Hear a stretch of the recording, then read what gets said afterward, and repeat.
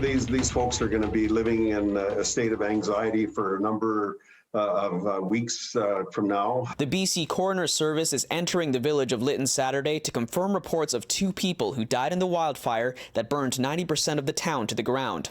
In the last 2 days, 78 fires have started in BC, and the province's public safety critic says the government is taking too long to declare a provincial state of emergency. As soon as they flick that switch, they will have access to a lot of tools. All hands on deck.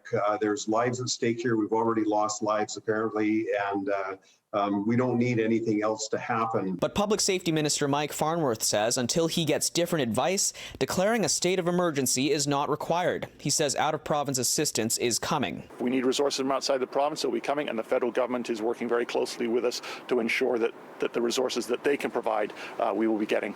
In a public information meeting Saturday, the BC Wildfire Service provided updates on 4 fires of note. The McKay Creek wildfire west of Cache Creek is 23,000 hectares and out of control. The cause is still being investigated. The Durand Lake fire just west of Kamloops is 450 hectares in size.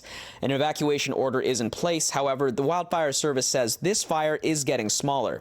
The Sparks Lake fire north of Kamloops is 30,000 hectares in size, and the Wildfire Service says they're playing catch-up. The Lytton fire has burned over 8,700 hectares, greatly impacting the Lytton First Nation. Chief Matt Pascoe is calling the government's efforts to assist First Nations communities abysmal. You know, the hallmark of the shortcomings really comes down to the fact that the province of British Columbia does not recognize Indigenous jurisdiction and Indigenous governments. Chief Pascoe says the Nalakapamux Tribal Council, of which the Lytton First Nation is a member, did not receive any guidance from Emergency Management BC or the Thompson-Nicola Regional District as the emergency developed.